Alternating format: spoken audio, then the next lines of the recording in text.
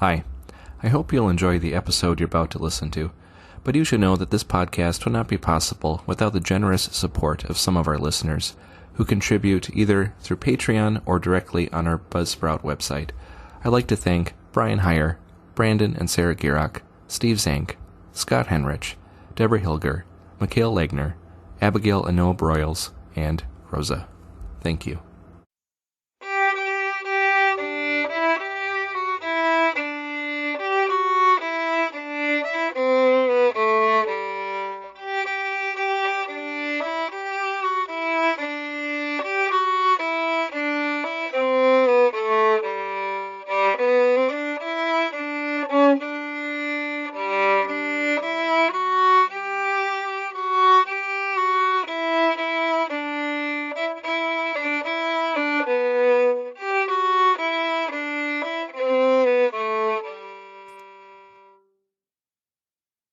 Welcome back to another episode on the Lutheran History Podcast, and again, another mostly Wisconsin Synod topic. However, this one goes on both sides of the Atlantic and dips into the Missouri Synod as well. I was very pleased to have my friend and fellow podcast frequent guest here, Dr. Tim Grundmeier, reach out to me and say, "Hey, do you want to talk about your article you did on Henry A. Koch in the Wisconsin Lutheran Quarterly as part of the broader Wells 175th?" So I was happy he asked, and thank you, Dr. Grundmeier, for joining us today. And now you take the kind of the host interviewer chair for the rest of this episode. Yeah, thanks for having me, Ben. This is a lot of fun. I actually read your article when I was on vacation at my brother's house. He had hit the Wisconsin Lutheran Quarterly sitting on his table, and it's like couldn't put it down. It was really good, and so I wanted to make sure you don't get the chance to be on the other side of the microphone as much. So I thought this would be fun to do. So thanks for letting me take the reins, so to speak. So yeah, let's dive right into the article. The title of the article is Henry A, and I always make sure I pronounce it correctly, Koch, right? Like, or Yeah, Koch, kind of not kind of in Coke. between. Yeah. Well, and yeah, this is something that's been practiced a lot, but yeah, it's the try to do the German way, Koch, with kind of Yeah. a soft but sliding ch at the end. Yeah. Okay. Koch, Yes. subtitle, Conservator of Lutheran Heritage. And let's just start by asking a pretty basic overarching question.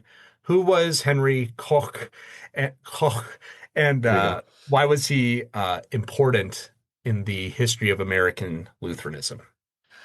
Yeah. Well, he stands out for one thing, just his longevity is perhaps remarkable in and of itself as a man born to a Wisconsin Synod pastor in 1889.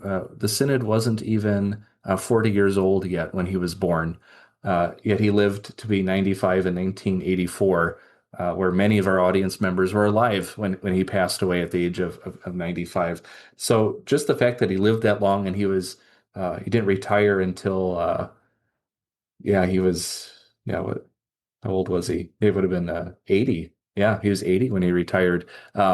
He was very active in his ministry for many, many years and had many roles in different synods. So I wouldn't say he is a key or central figure in American Lutheran history, or maybe it'd be too much to say he was a key figure in Wells history.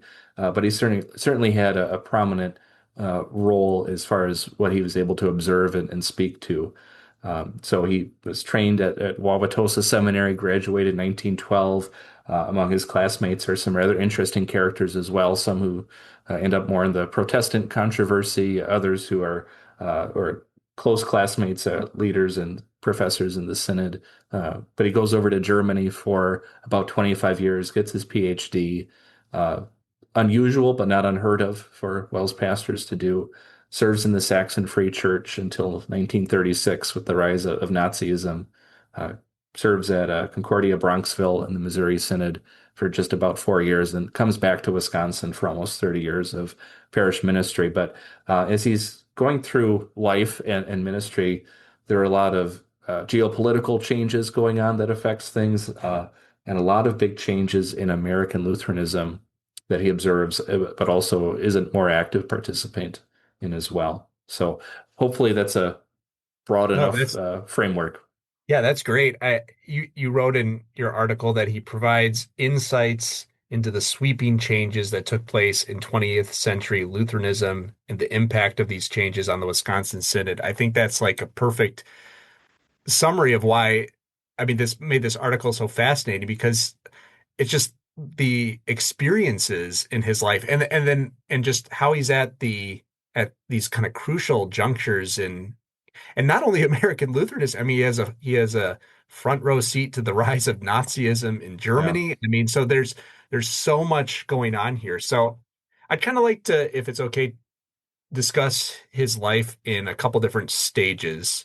And you've kind of alluded to those, but let's flesh those out a little bit.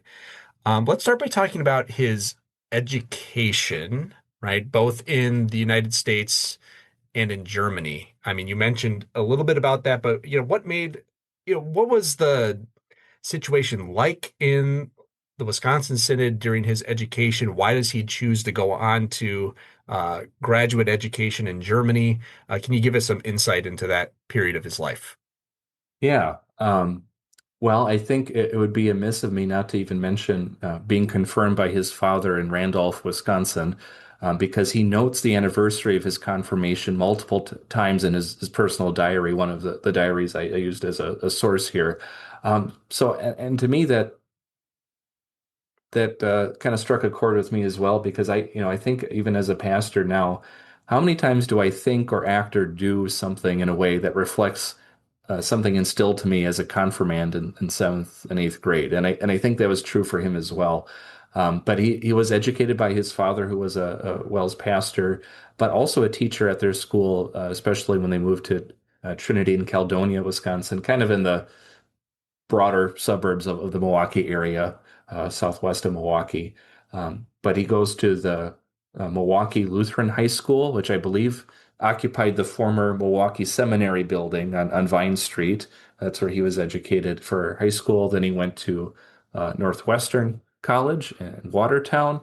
Um, and an interesting article, or not article, a masterful dissertation that you shared with me by Thomas Siebel just talks about the culture, the climate, academia of Northwestern College, especially. And maybe you want to jump in as much as you like to talk about that too. But just this high standard of education, and I think I Yeah. said something to the effect of its professors, its president, uh, without any sense of sarcasm or irony, really thought that Northwestern College was could stand shoulder to shoulder with the best of any American or German college or university system. Like they prided themselves in that degree of Yeah. professionalism. Yeah, that dissertation, I mean, I it's a dissertation that was written in 1994 and I came across it. It was another one of these things where I came across it. I kind of filed it away and then I returned to it and read it. I couldn't put it down, but yeah, it's it's about how yeah, I mean, another key point that the author makes is the Wisconsin Synod's Northwestern University was a bit different from the Missouri Synod colleges in which it was in fellowship, and that the Missouri Synod really had this idea of like, well, you follow this gymnasium model, but its real purpose is kind of this kind of pre-seminary program and that's really the only purpose to it. Whereas August Ernst, the president of Northwestern University for close to 50 years, had this idea, like you said, that no, we are instilling a rigorous liberal arts education, rooted in the German gymnasium model, slightly adapted to the American circumstances. It's a good in and of itself, but it's also the best preparation for future pastors as well. And so, yeah, I mean, it's really it's a hidden gem. Let me tell you, Yeah. I can't share it with enough people, but that shows what kind of history nerds we are that we're, obsessing over this dissertation written in the Yeah. 1990s. But it's really good. It's really It's good. it is really good. And for me, this research, it helped unlock the answer to this question. Why did this guy, and we'll get to in just a minute, why did he not become a parish pastor? Why did he go all the way to Germany? to get a PhD in classical languages and philosophy. Um, well, it was a very classical model, and something he believed for the rest of his life that the classical education was, uh, if not the best, almost the necessary education you needed to almost just succeed in life in general Yeah. as an educated person. And many of the graduates from Northwestern University or college would go on to UW-Madison and have sometimes even quite prominent careers in like the FDR administration and stuff, or former professors there. You know, it's all reading the footnotes of that dissertation is just as fun as the content because there's so much biographical information packed in there as well. So you get a sense of that climate and culture. Um, and I think it's just shy of half of the professors the year he graduated in 1909 had PhDs. About half of that half got went back to Germany to receive those degrees. So he had some role models in his professors there that would almost say, "Well, why wouldn't I go?" The men I learned from and looked up to had that. So if he was academically inclined after seminary, he would go on to get Yeah. a degree, and that's what he did. Um, yeah, interestingly enough, his diary, which covers almost his entire seminary time, doesn't reflect on why he went. It just says, "I'm going." Interesting. And I told my professors that I'm going over there. But at Wauwatosa, he had the three famous Wauwatosa theologians, August Pieper, John Schaller, and J.P. Kaler. Kaler's interesting because it was Kaler, who was just a year older than his father, who told his father, Friedrich, when he got off the boat in Two Rivers, Wisconsin, um, he was looking for a job. He was a carpenter. He said, we don't need any more carpenters, but we do need more pastors. So it was Kaler who got his father into the ministry, and that's kind of had a trickle down effect of the Yeah. call to the public ministries from J.P. Kaler. Excellent. So it, I'm remembering correctly. It's at Leipzig that he Yeah. studies in Germany. Yep. So he graduates 1912, goes to the University of Leipzig, and if you have, I don't have the article right in front of me, but he lists like Karl Lamprecht is a famous historian. He Mhm. studies under some famous exegetes and yeah, just a lot of top-notch scholars that their names are still recognized in some circles today. So um, yeah, he spent 1912 all the way until 1919 when he got his doctorate. Some interesting worldwide events take place during that Yeah. time, and kind of Oh, kind well, of funny. yeah. Yeah. Yeah, I mean, because what's interesting is he goes to Germany to study, but then he remains in Germany for quite some time because he becomes a pastor in the Evangelical Lutheran Free Church of Saxony. Yes. So how does he come into that, and what's that experience like being in German American back in Germany?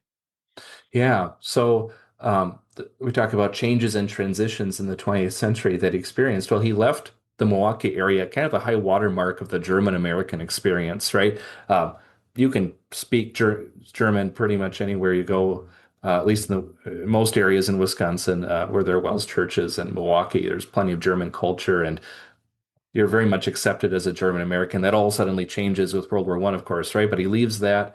There's this network of pastors. He leaves Baltimore.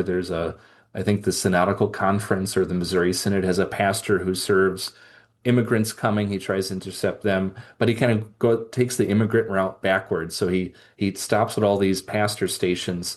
But almost as soon as he gets to Leipzig, he's already somehow in contact with the Saxon Free Church, which some historians have called kind of like the Saxon district of the Missouri Synod or something like that. It's very Yeah. much the culture and connection with the Missouri Synod, but synodical conference in general. So almost instantly, he starts teaching and preaching in the Saxon Free Church, even as a student. He is a candidate for the public ministry. He's graduated from the seminary. But I didn't quite look it up, but I believe there was a law in the German Empire at that time that you could not hold public office, including pastor, if you were not a German citizen. So he was not ordained, even though he had Okay. every qualification for that. So he was working with the Free Church that whole time. Um, and he gets stuck over there basically with World War I. When the war breaks out in 1914, he goes to the American Council and says, well, actually, America's not at war. Just kind of wait and see. And then when America does start the war in 1917, you can't really get out of Germany back to America anyway, and the council is gone, so he's kind of left on his own, but he does just fine. Um, but yeah, he talks about um, he feels very much as if he's a German American in America. He writes his diary in German, for example. He preaches mostly in German, but then when he gets to Germany, he's kind of surprised at some of the backwardness or technology. He complains about getting bed bugs for the first time in his life at some dingy country hotel or something. So he kind of feels like a foreigner in both lands, but I think he came to appreciate uh, both being an American. He never gave up his American citizenship, but he loved his time in Germany too.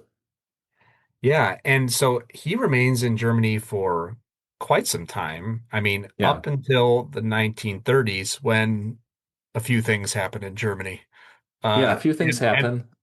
and I No. and I mean that was to me it was just a riveting section of the article. So can you talk about his experience with the rise of Nazism in Germany and his reactions to it and how it eventually leads him back to the United States?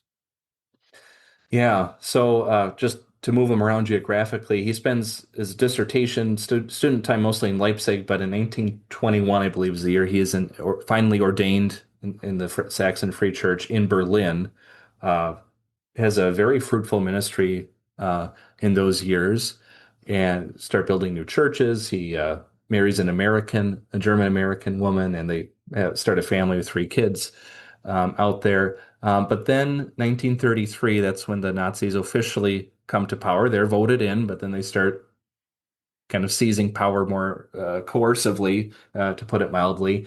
And he gets this kind of friendly advice letter in the middle of 1933 from, I don't know exactly the man who he was or what his position was, but he was warning Koch that you in your little church paper basically declared a certain pastor unfit for public office. And don't you know that that doesn't look good because he's a National Socialist. He's a Nazi. In fact, he has a public position in the Nazi party. And what do you think might happen to you and your little free church if you persist in doing this? I just want to give you a friendly advice, by the way. Uh, but I've also told your Synod officials that it's not now's the time to either get German citizenship or get out. Um, I don't know what his reply to that was, but he does write two detailed reports to Ludwig Feuerbringer at the Concordia Seminary in St. Louis, who's also the editor of Der Lutheraner, and he analyzes it and the whole Nazi issue, and he says it's very confusing to figure out what's going on um, politically because some people say this, some people say that. Who knows what's misinformation or not? He says the problem is there's such a mingling of church and state here in Germany that even if I look at something that's wrong with Nazism, and he has a big problem with the so-called Deutsche Christen movement, which was trying to like be an anti-Semitic version Yeah. of Christians, Nazify the church. Right. Nazify the church, right? So that means anything Jewish is bad. You can't get rid of the Old Testament. And he's like, don't these people realize that Jesus is Jewish? Like, there's a huge problem here that you're going to miss out the whole point of spreading the gospel. But he says, even if I point out, just speak out on a theological matter, they're in the state church and it's an all or nothing attitude. Even a little bit of targeted criticism would mean there's a huge pushback. Um, but he says I think something to the effect of as a thinking person, I can't go along with all of this stuff. Now he does, to be fair, say I early on, I do think Hitler probably wants the best for Germany. He's trying to undo some of the harsh things for the Treaty of Versailles, but it's all very confused, and he's very clear on this Deutsche Christen movement. They're misinterpreting Luther, and in fact, a true Lutheran would not stand for this sort of thing. And although we do respect the distinction between church and state, the church still has a role in speaking out against some of these things. And he concludes that letter by saying we must reject all forms of violence and anti-Semitism. So he had a pretty clear-sighted analysis, even if Yeah. we don't have any record of him taking to the pulpit and condemning Hitler. But in fact, if he did so, it may have been the last thing he ever did, because Right. I used some other sources there talking about how Nazi secret police would go into the confessional booth in Catholic churches and then arrest the priest if they said something they didn't like. Or the confessing church, which is kind of the opposite of the Deutsche Christen movement in the state church. Those pastors were often beaten and arrested. And I think he, as an American citizen, felt he had no real protection at that Right. time. Ironically, right today, that's kind of the gold standard of citizenship around the world, but not in Nazi Germany in the 1930s. So his son tells a story about how they're out on the street and Hitler drives by. Um, and his son, who's probably 4, maybe 5, doing what a kid does. Everyone else is shouting and raising their arms. He's about to do it, and his dad, Henry A. Koch, slaps his arm down and says, "We don't do that." And then I read other accounts from like William Shirer, who says guys who fail to salute the flag, even the flag, not just Hitler himself in person, are beaten up on the spot by the brown shirts. And he did have brown shirts spy on him and or listen to his sermons in the back row of church. So he was certainly under observation eventually. And yeah, so kind of a rambling No, but account that's, of that I time, mean, but there's a it lot of was, fascinating details.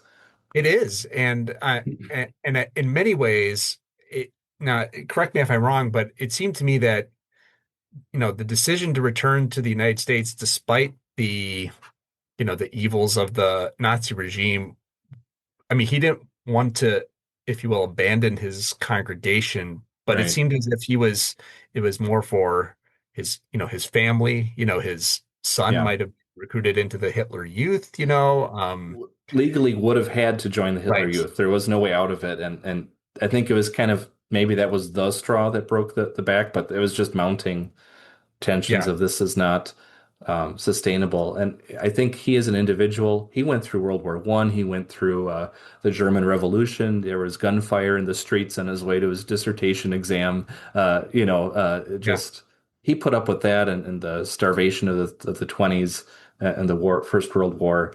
Um, but now that he has a wife and kids, and yeah, yeah, that probably is the thing that changed his attitude about sticking it out. right. And so it's in 1836, he moves back to the United States. 1936. Yeah. Yeah. I'm For such a such a 19th 19th century. century guy. Yeah. I'm Yeah. such a 19th. Yes, So am I. 1936. He moves back to the United States, and quickly after returning, he receives a call to Concordia in Bronxville, the Missouri Hmm. Synod College. Um, he moves there right away. Am I It was, correct? yeah, very suddenly. So he had no call lined up. He Right, went to his elderly parents in Manitowoc, and I guess we just hope and pray something happens. And just keep in mind, this is during the Great Depression when, right, maybe these days we're used to hearing of pastor shortages. Of course, he'll get a call. Back then, you had seminary grads who had to find other work and such, right? Calls were not that common in the 30s. But no, he did receive a call to teach, I think, Greek and Latin at Concordia Bronxville within a month or so. So by that fall semester already, he's out there teaching. yeah. And it seems as if, I mean, he's enjoys the work to a large degree, but he's also at that time beginning to have questions about the Missouri-Wisconsin relationship, or maybe the direction of the Missouri Synod. Is that a fair way to put it? Yeah, some of it may seem almost to Wisconsin people today almost insignificant. He's talking about changing vestments, Hmm. and almost all Wells pastors now would be wearing the vestments he would have disapproved of back then. Well, he had a reason why. He just saw it as this isn't what Lutherans are doing. Why are you doing this? He had, and this gets to a core thing. He's like, is this done with the congregation in mind? He's viewing the congregation as being uh, very important as far as looking out for the weaker brother. Are you just making this decision on your own as an individual, um, or are you keeping in mind the weaker brother? And I think maybe that's a strength of Walther or the Wauwatosa theology, but you can kind of see that there. But he's also observing. That's maybe like a surface level litmus test, and he does recognize this is adiaphora, but the way we handle adiaphora is important. He is more observant, though, of East Coast Lutherans in the Missouri Synod and the American Lutheran Church, ALC, and their movements toward fellowship. So he's observing that. And that among other things like the chaplaincy program in World War II. He leaves just before that, but he is very much aware that, things aren't the same in the Missouri Synod as they were when I left 25 years earlier. Mhm. And that is a cause of concern for him. But he's also friends with many of the more conservative Missouri Synod people. So he's very much in that network of what's being talked about internally in the Synod. Right. And so he only is in New York for 4 years, Yeah. and he accepts a call to come back to Wisconsin into the Wisconsin Synod Yes. to Manitowoc. Hmm. And once again, it's just, you know, his his experiences intersect with all these important events. He and is called to a congregation that's very involved in the Protestant controversy Yes. in the Wisconsin Synod, which has, though it's only a few, it's not as if it's this mass exodus from the Wisconsin Synod, the Protestant controversy, but it has this major effect on the Wisconsin Synod, I would say. Yeah. And so tell us about the situation at this congregation in Manitowoc and um, Koch's kind of role in trying to address it. Yeah, and I don't think we've ever really talked about the Protestant controversy on this podcast. Perhaps Oh, surprising, wow. but yeah, it could deserve its own little micro series. But basically, there's about what 40 or so, mostly pastors, but some teachers and professors who leave the Wisconsin Synod out of protest since the Protestant uh, controversy, Protestant conference. They don't like some of the ways the Synod is handling things. And one of the issues, it's not the only one, is though, can the Synod, as an organization, actually excommunicate a pastor? Isn't that up to the congregation? So that's one of the tensions there.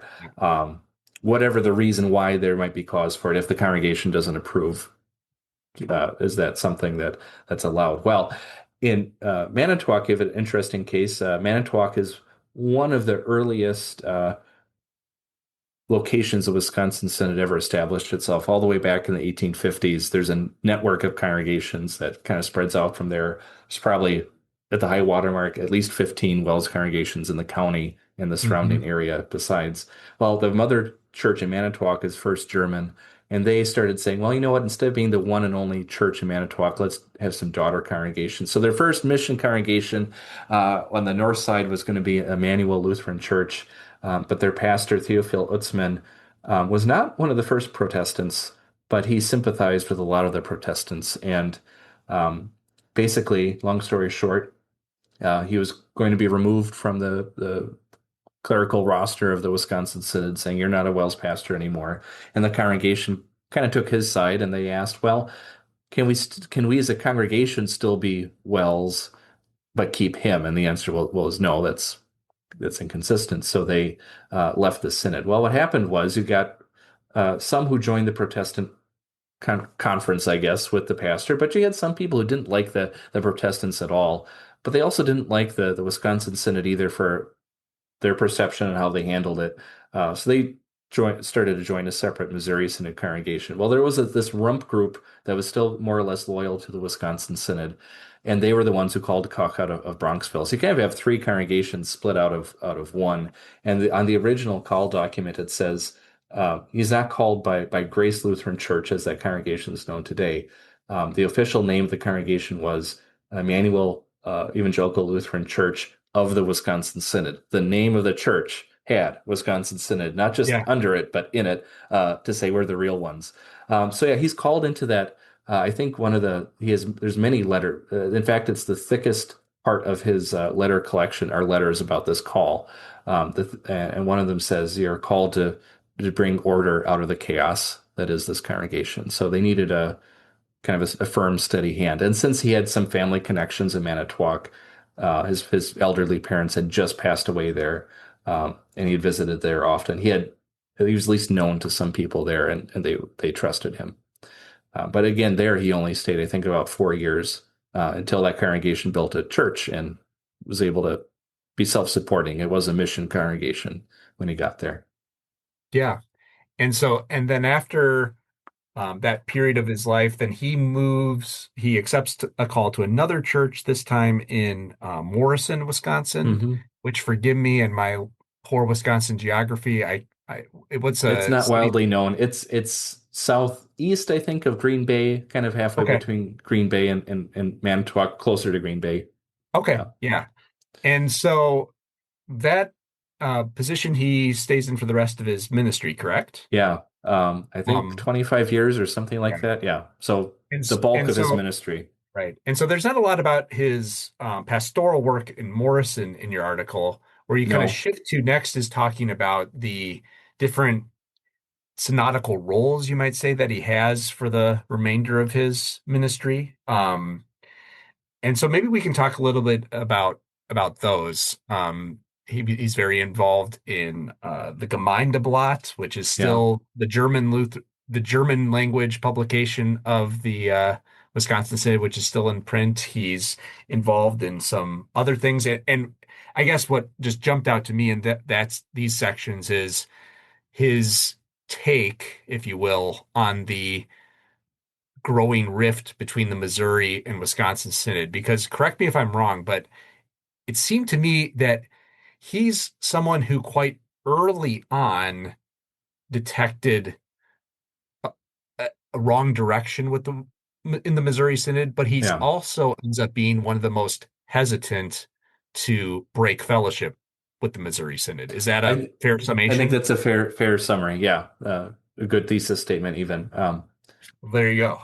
If you were needed to turn just that section, yeah, into an argument or article, yeah. I guess briefly I'll go through his synodical role and then the Missouri Synod thing. Yeah. He was, I guess, and it's broader than just Wells in Missouri. I might add, it's transatlantic Lutheranism. Hmm. So one of his earliest uh, public roles would be he's the keynote essayist at the Synodical Conference. Conference. I don't. Was it a conference or a convention, Yeah. however they called it? Yeah. I think in 1944, and then I think they ran out of time they put him back up in 1946. So I think you'll find his essay on the church there, but he warns against just general trends in worldwide Lutheranism of post-war. You just see this all across the board of um, we're not all that different from one another. You know that shared World War II experience had a huge cultural impact almost anywhere. But in American Lutheranism, it was kind of a turning point. And there's already the rumblings in the 30s with the ALC in Missouri.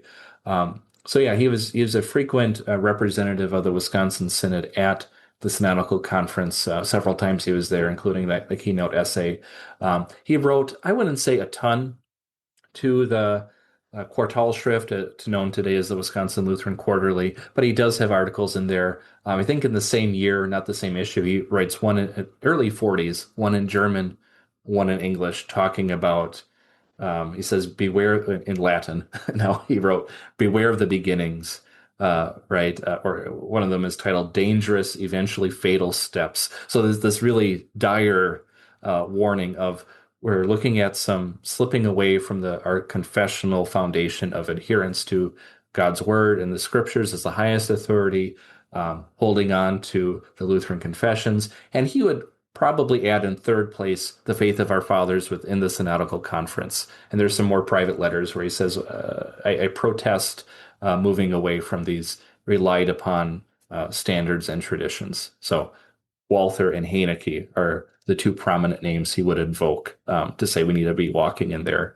footsteps. So he just sees kind of the breakdown of fellowship practices basically in the Missouri Synod. He mentions the trifecta of um, just unionism in general, worshiping with like the ALC, especially the chaplaincy and the Boy Scouts and prayer Hmm. fellowship. He mentions those repeatedly. So those are kind of the common thread in Wells' complaints about Missouri at that time.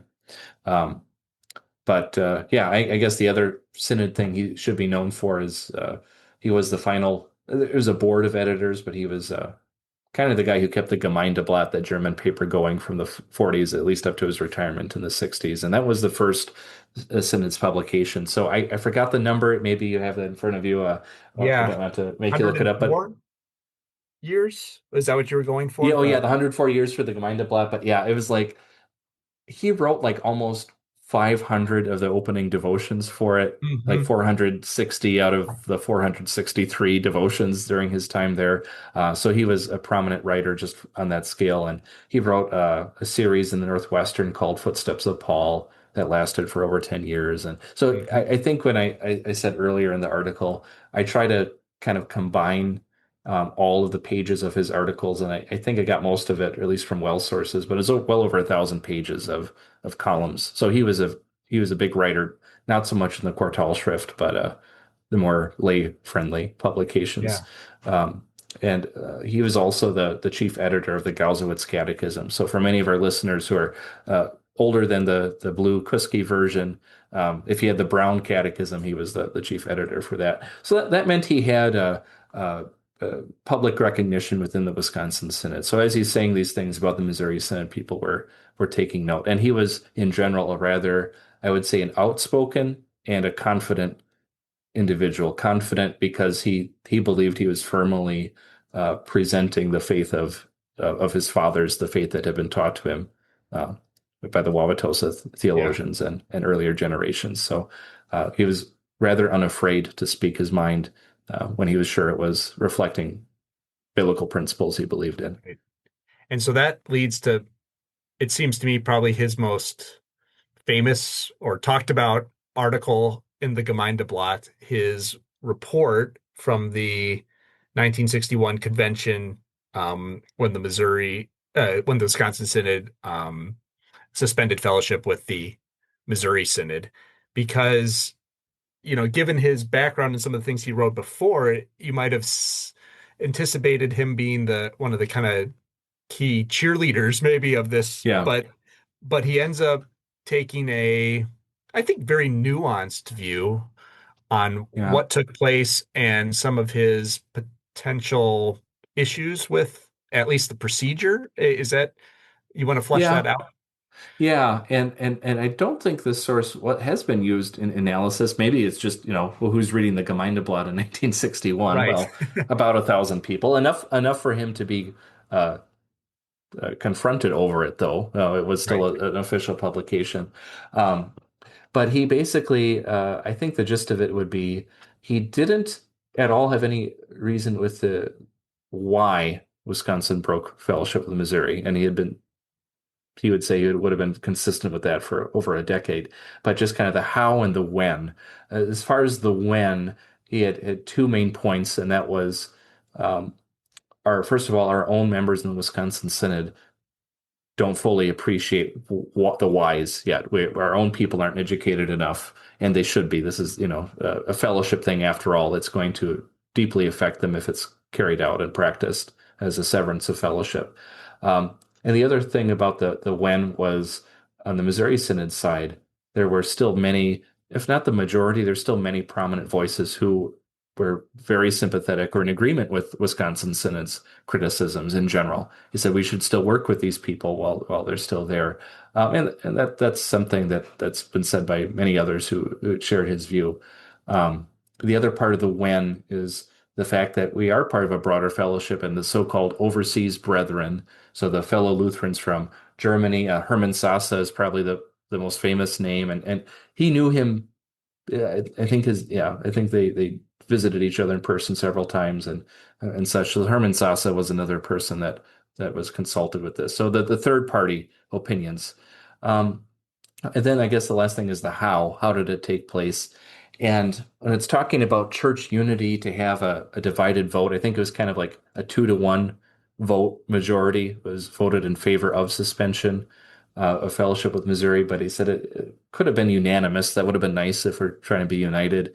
But his thing was back to an old church and ministry issue. He said the congregations should have been the ones to ratify this decision, not not have it imposed on them from above, I think was the language he used. So he is still holding to what some would call a Walther view of church and ministry, the August Ernst view of church and ministry, and he claimed it was the Haneke view of church and ministry.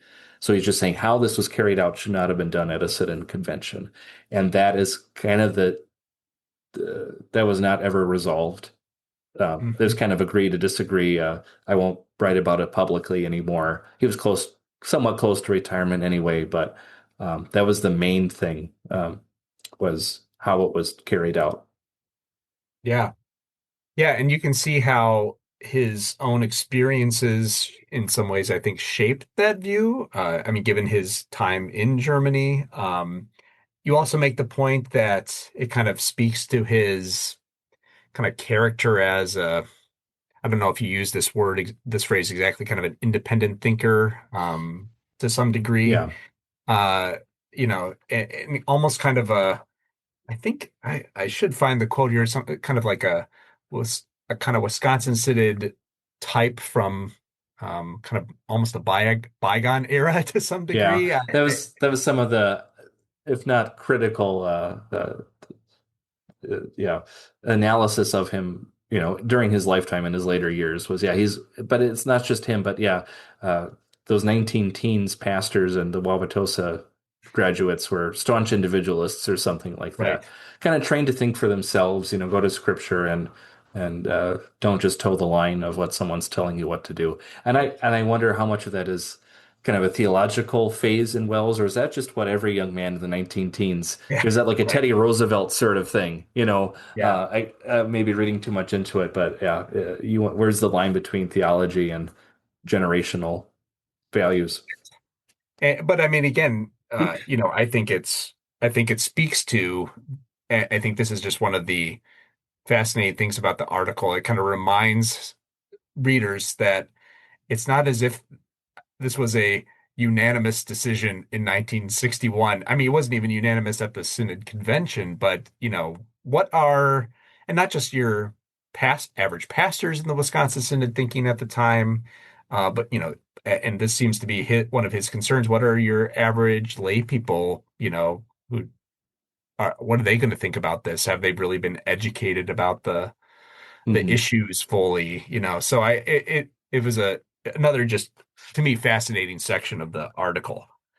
um we could talk about a few more things, but I in the content of the article, but I'd like to maybe just spend a little bit of time talking about the sources that you used. You've mentioned some of these already, diaries, letters.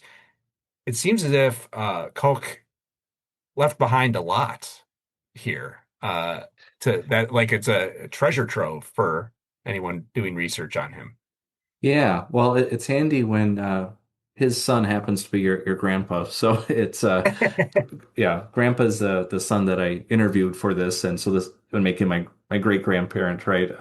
Right. So and Yeah, maybe I should pause here. And if the yeah, listeners didn't know this already, this is one of the interesting things about this article.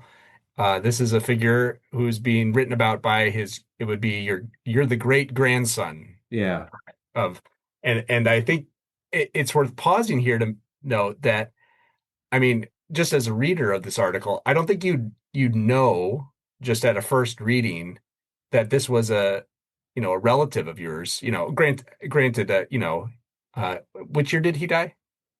84. 84, right. So Yeah, died before, you never, but but his son, like you said, you interviewed, your grandfather. I mean, yeah. so yeah, what's that like writing an article on a relative? And again, an article that I would say remains, again, it doesn't create the impression that this is some like praising of your great grandfather.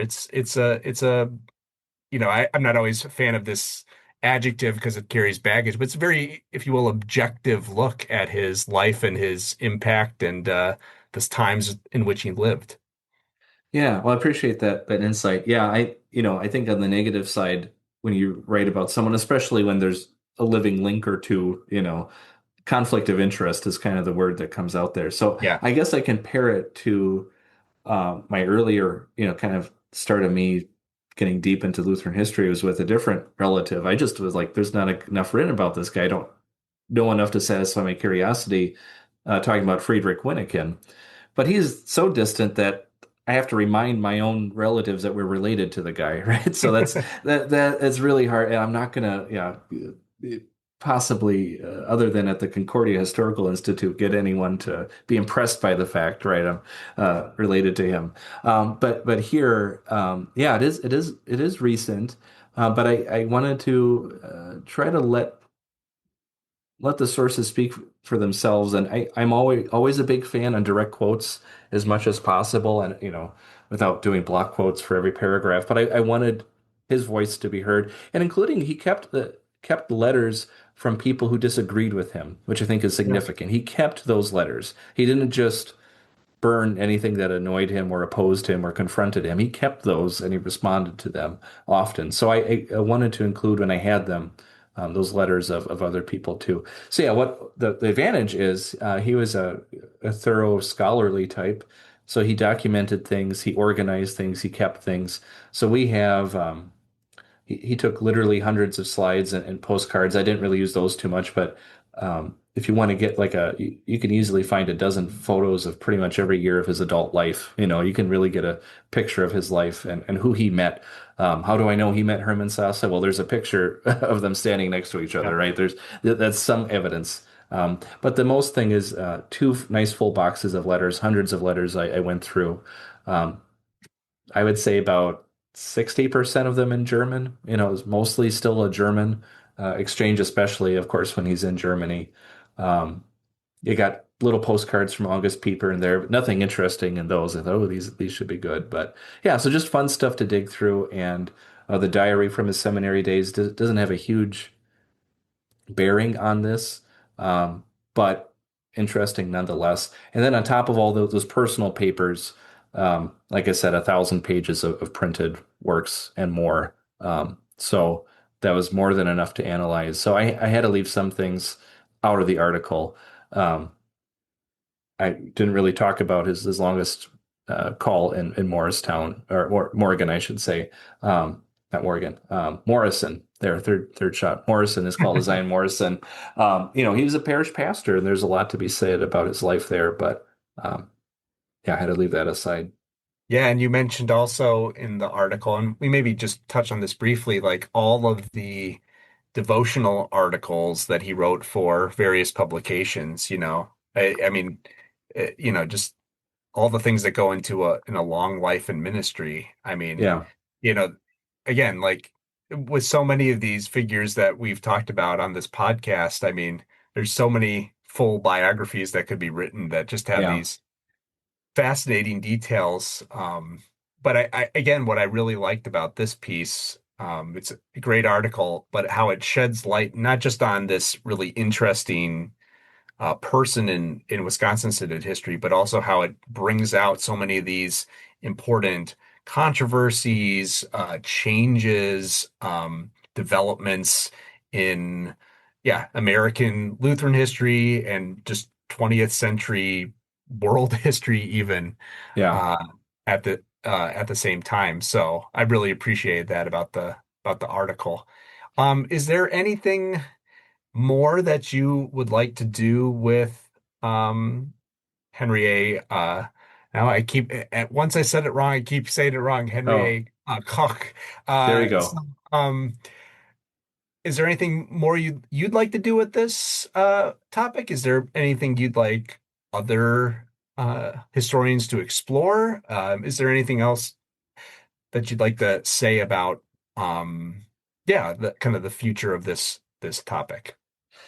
Yeah, I guess not too much, other than as you alluded to. This is it's a nice resource, and I guess the goal of the article was to give one um, more or less transparent perspective of one man going through all these things, who thought a lot about these things and talked mostly a lot about these things that he went through. But there are some obvious blind spots. He didn't live through the Protestant controversy in America in the 20s, right? That's a huge thing in Wells' history, that even huge for his family.